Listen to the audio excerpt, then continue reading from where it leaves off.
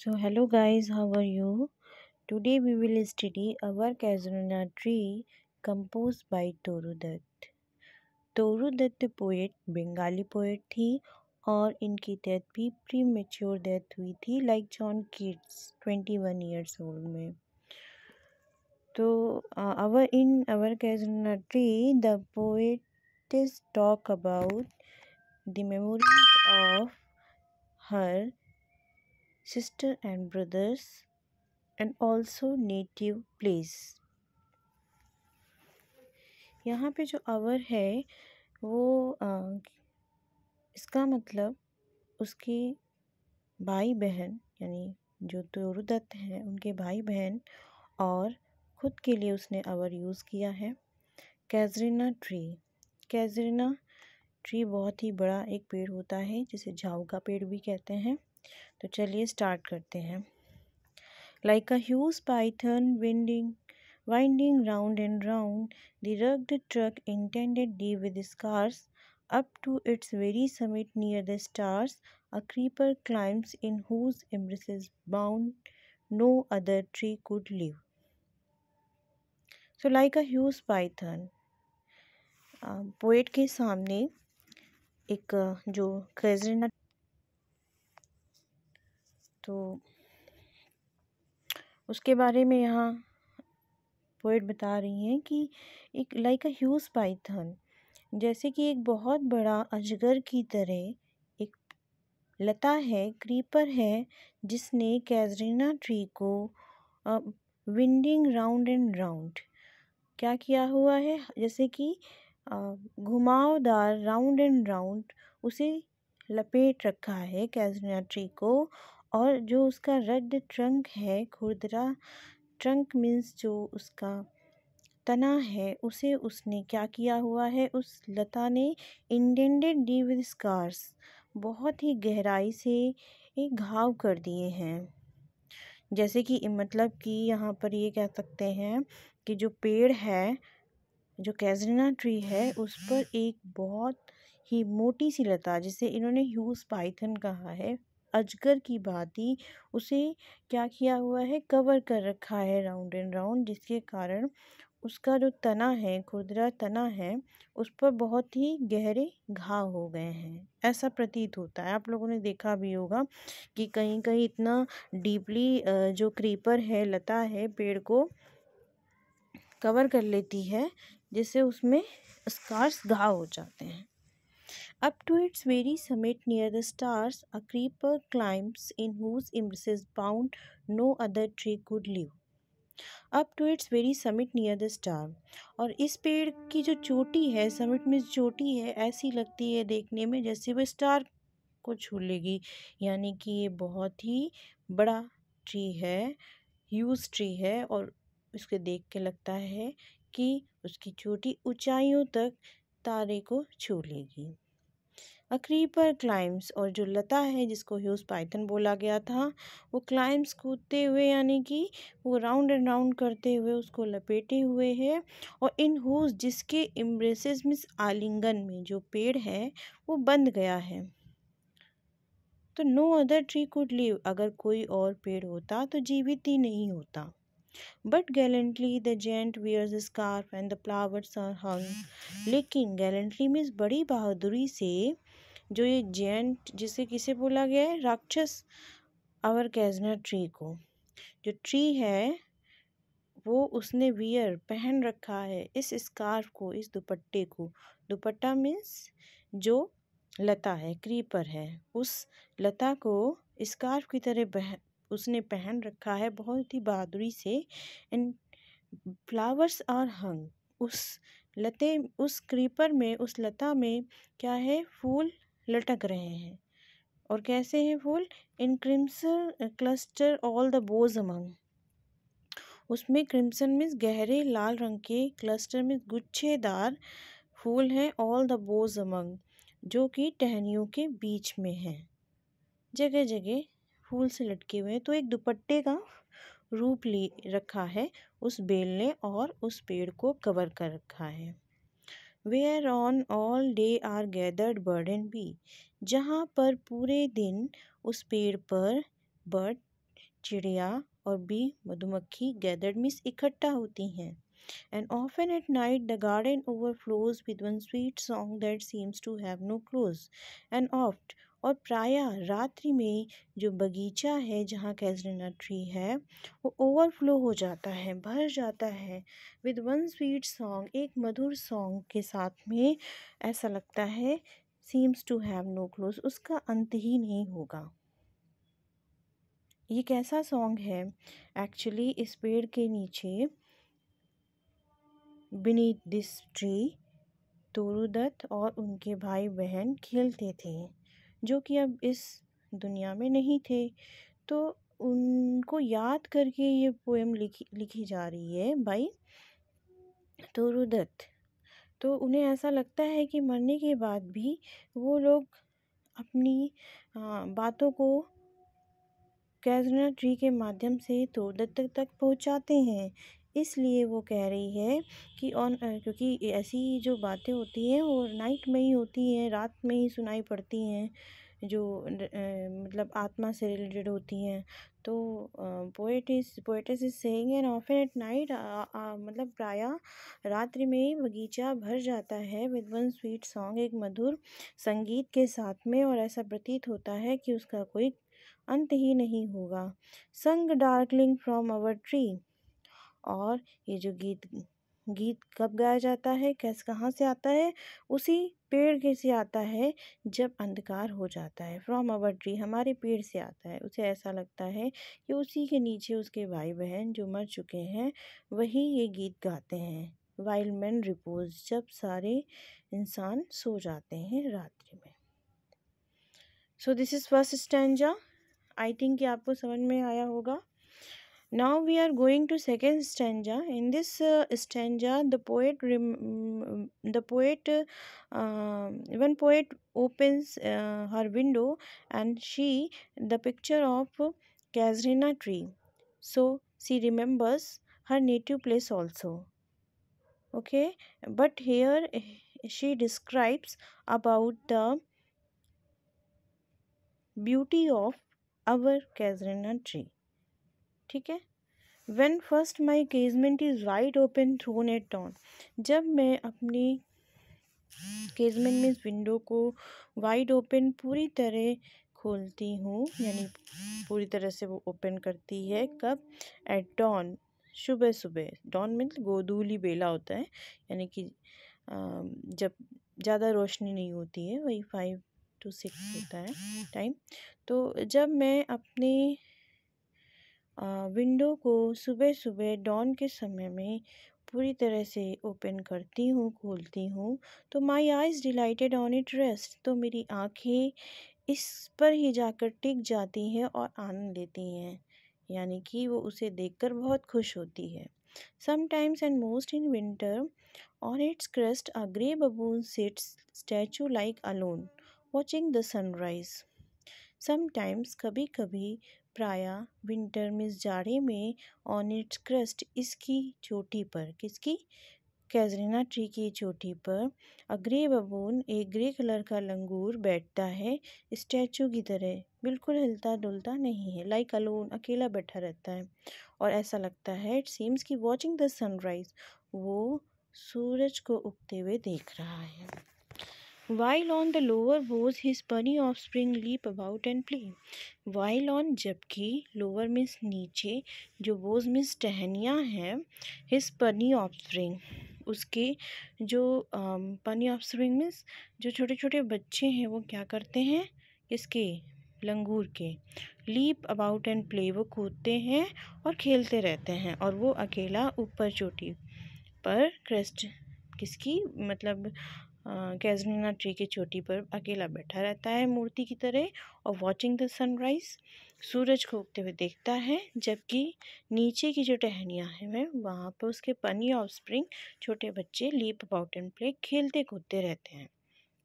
And far and near kokilas hail the day, far means, और दूर और पास, मतलब कभी ऐसा लगता है कि कोयल दूर बोल रही है, कभी पास से बोल रही है। वो क्या करती है कोयल? हेल द डे, दिन का स्वागत करती हैं। And to their pasture wend our sleepy cows, और वो क्या देखती है कि जो स्लीपी काउस हैं, जो सुबह सुबह उनीदी सी गाय हैं, वो कहाँ जा रही हैं, पॉस्चर में अपने चरागाह की तरफ जा रही हैं चरने के लिए, घास चरने के लिए। And in the shadow on the broad tank cast by that hoar tree so beautiful and vast the water lily spring like snow smashed. And in the shadow, और जब सूरज निकल आता है तो जो कैजना ट्री की शैडो जो छाया है, उसी के पास में एक बहुत ब्रॉड टैंक, बहुत बड़ा टैंक है बाई द हुआ ट्री। हुआ ट्री मतलब ये डरावना सा कैजना ट्री है, उसके पास बहुत बड़ा टैंक है, उस पर उसकी छाया पड़ती है। सो ब्यूटीफुल और वास्ट, मतलब कितना ब्यूटीफुल लग रहा है ये कैजना ट्री, और कितना बड़ा विशाल काय जो है पेड़ है। और उस वाटर टैंक में क्या हो गया है, और उस वाटर टैंक में वाटर लिलीज़ उगाई हैं, वाइट कलर की होती हैं वाटर लिलीज़, क्योंकि काफ़ी समय से पानी भरा था उस टैंक में। और ऐसा लगता है कि लाइक स्नो स्मैश्ड, जैसे बर्फ़ का ढेर लग गया उन वाटर लिलीज़ को देख करने में। ऐसा लगता है वाइट कलर की ब्लूम हुआ है, खिली हुई है, तो ऐसा लगता है कि जैसे बर्फ़ का ढेर सा लगा है। Okay, so we have completed second stanza. Now we have to study about the third stanza. And here the poet reflects her inner thoughts, like she remembers her sister and brother, and also native place. So, but not because of its magnificence, dear is the casuarina to my soul. Here the poet says कि मैं ये जो कैजनला tree है वो मेरी आत्मा को बहुत प्रिय है, इसलिए नहीं कि मैग्निफिसेंस ये बहुत सुंदर है, बल्कि इसलिए beneath it we have played, इसके नीचे हम लोगों ने खेला है। कि हम मतलब तोरू दत्त उसके भाई बहनों ने। इसलिए यह मुझे बहुत प्रिय है कैजनला ट्री। 2 ईयर्स में रोल, यद्यपि बहुत सारे साल बीत चुके हैं, इट्स मीन्स कि उसके जो भाई बहन थे वो मर चुके हैं। वो स्वीट कंपेनियंस वो मेरे प्यारे साथी हो। साथी कौन? उसके भाई बहन। लव्ड विद लव इंटेंस, मैं तुम्हें बहुत ज़्यादा प्रेम करती थी या करती हूँ। फॉर योर सेक, और तुम्हारे प्रेम के लिए, तुम्हारे लाभ के लिए ही। Shall the tree be ever dearer, और यह कैजुना ट्री भी मुझे प्रिय रहेगा। क्यों? क्योंकि blent with your images when she remembers her brother and sister already there are images of casuarina tree, मतलब जब वो अपनी भाई बहन को याद करती है तो योर इमेजेस, ठीक है, अपने आप कैजना ट्री की इमेज आ जाती है। And it shall arise in memory, और यह तब तक हमारी मेमोरी में रहती है। Till the hot tears blind my eyes, जब तक भाई बहनों को याद करते हुए मेरे आंसू मेरे आँखों को अंधा नहीं कर देते हैं, तब तक तुम्हारी भी इमेज कैजरीना मेरे आँखों में रहती है। And what is that dyers like murmur that I hear. अच्छा, अब वो कह रही है कि डायर्स जैसे शोक गीत जैसी धीरे धीरे आवाज़ उसको सुनाई पड़ रही है, ठीक है, क्योंकि उसके भाई बहन मर चुके हैं। और ये आवाज़ कैसी लग रही है? Like the sea breaking on a single beach, जैसे कि समुद्र का पानी किनारे पर पत्थर पर टकराता है, वैसा ही आवाज़ लग रहा है। और it is the tree's lament, sometimes she imagines कि ये आवाज़ कैसी है, ये ट्रीज लैमेंट, ये पेड़ का विलाप है, क्योंकि पेड़ भी रो रहा है उसके भाई बहन की याद में। एंड एयरी स्पीच, ये बहुत ही डरावनी सी आवाज़ आ रही है। उसको ऐसा लगता है कि ये आवाज़ कहाँ से आ रही है। That haply to unknown land may reach, शायद से, हैप्पली मीन्स शायद से, या अननोन लैंड से आ रही है। अननोन लैंड मतलब जहाँ हम लोग नहीं जाते हैं, जहाँ मरकर लोग चले जाते हैं, वहाँ से आवाज़ आ रही है। तो in fourth stanza the poet talks about an airy speech, something strange music comes from the unknown land, मतलब unknown land मतलब जहाँ उसके भाई बहन मरकर चले गए। तो वो कह रही है, and the poet is saying कि unknown yet well known to the eye of faith. हाँ, वो आवाज़ अननोन जगह से तो आ रही है, क्योंकि जो व्यक्ति विश्वास नहीं करता है उसके लिए तो अननोन है। But yet well known to the eye of faith, लेकिन जो विश्वास करते हैं कि मरने के बाद लोग जहाँ जाते हैं वहाँ से आवाज़ें आती हैं, उनके लिए यह परिचित है। I have heard that whale far away in distant lands by many a sheltered bay.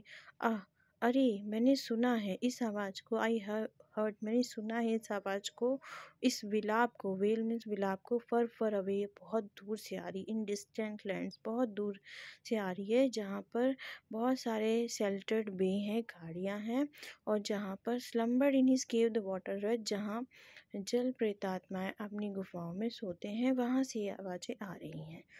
और ये इन आवाज़ों में उसके भाई बहन का विलाप है, जो ट्री का विलाप है, ये अजीब सी आवाज़ है। जब ये आवाज़ आ रही है तो उसे क्या लगता है, एंड द वेव जेंटली किस द क्लासिक शोर, जो लहरें हैं, समुद्र की जो लहरें हैं, वो जब क्लासिक शोर को, पुराने किनारे को, समुद्र के किनारे को किस करती हैं, टच करती हैं, तो ऑफ फ्रांस और इटली, इटली या फ्रांस के, तो मुझे वो आवाज़ सुनाई पड़ती है। यहाँ वो इसलिए कवियत्री कह रही है क्योंकि वो फ्रांस और इटली में रहती है, और जो कैज़रीना ट्री है वो उसके नेटिव प्लेस में उसे याद आता है, वहीं पर उसके भाई बहन भी खेले थे, तो वहाँ से कहने का मतलब है भारत से, क्योंकि वो बंगाली पोएट है, तो इंडिया से उसकी भाई बहन की आवाज़, रोने की, ट्री की आवाज़, वो आती है बहुत दूर से, और समुद्र से आते हुए कहाँ पहुँचती है, फ्रांस और इटली तक आ जाती है, यानी कि उनकी यादें उसको फ्रांस और इटली तक सुनाई पड़ती हैं।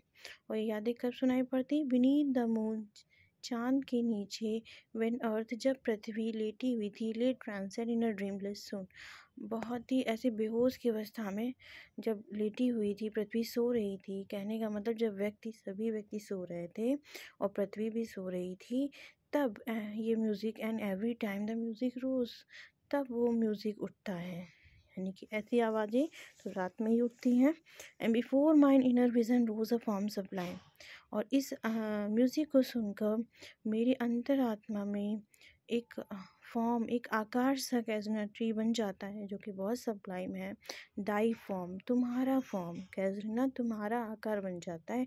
ओ ट्री, ओ पेड़, सुनो, as in my happy prime, वैसी ही इमेज मेरे इनर विज़न में आती है, अंतरात्मा में आती है, जब मेरे अच्छा समय था, जब हमारे भाई बहन जीवित थे और वो भारत में थी, वो इंडिया में थी, तो वैसे ही उसकी इमेज उसके आंखों सामने आ जाती है। आई सॉ दी, मैंने तुम्हें देखा था, कब, in my own loved native clime, जैसे मेरे नेटिव क्लाइम में तुम थे, वैसी ही इमेज मेरी इनर विजन में आ जाती है।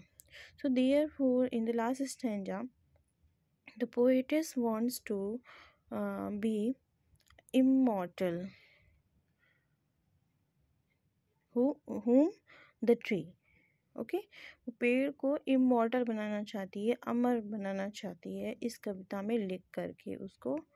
Therefore I fain would consecrate a lay, इसलिए आई फेन, मैं खुशी के साथ में, कॉन्सिक्रेट मीन्स अर्पित करना चाहती हूँ, अ ले, गीत, कैसा गीत, ये पोएम, मतलब ये पोएम लिख करके मैं तुम्हें अर्पित करना चाहती हूँ, अंटिल दाई ऑनर, तुम्हारे सम्मान में। ट्री, सुनो, पेड़, बिलवेड ऑफ दोज, क्योंकि तुम उनके भी प्रिय हो, दोज मीन्स कौन, उनके भाई और बहनों के लिए भी बहुत प्रिय थे उसके, सो जो कि who now in blood sleep for a repose, जो कि अब हमेशा के लिए सो गए हैं, कभी नहीं उठेंगे, तो इसलिए मैं तुम्हें क्या करना चाहती हूँ, therefore I fain would consecrate a lay, और मैं खुशी के साथ तुम्हें यह गीत अर्पित करना चाहती हूँ। Dearer than life to me, और dear than life to means मतलब वो जो डियरर मतलब कि जिसके भाई बहन थे, वो मेरे लाइफ से भी ज़्यादा मुझे प्रिय थे। अलास फॉर देर हाय, मतलब वो लोग थे बट अब नहीं है। Mayst thou be numbered when my days are done, और मेज दाओ बी नंबर्ड, और तुम